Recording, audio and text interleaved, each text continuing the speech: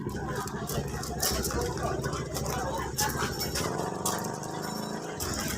ito guys, ang update dito kay Madam Diwata ngayong hapon, alas 4. So hindi na maaraw. Papakita ko sa inyo guys kung talagang totoo nga ba na wala nang kumakain daw dito. So puntahan natin yung area kung saan ayan guys.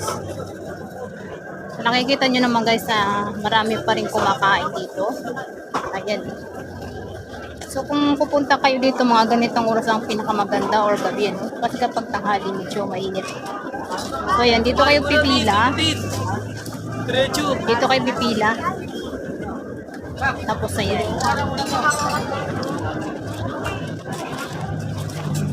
Yan yung kukunin yung order ninyo.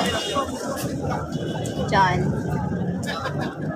Ayan guys, so napakarami pa rin naman dito kumakain talaga. Ayan. So nakita nyo na sitwasyon dito ngayong araw, Sabado. So ayan guys. Talagang marami naman talagang kumakain dito. Ayan. So dinadagsa na naman yung kainan ni Madam Diwata. So doon yung bubong kung saan pinapaayos yung dating pwesto ng kanyang parisan. Ngayon, malapit na rin ito matapos. Ayan guys. Pag natapos na talaga yan, maganda yan kasi hindi na tayo mangangamba kapag tagulan na. Ayan. Kunti na lang ayos guys, matatapos na. Ayan, may gumagawa. Ayan. Ipapakita ko sa inyo guys ang sitwasyon ngayong hapon. Ayan.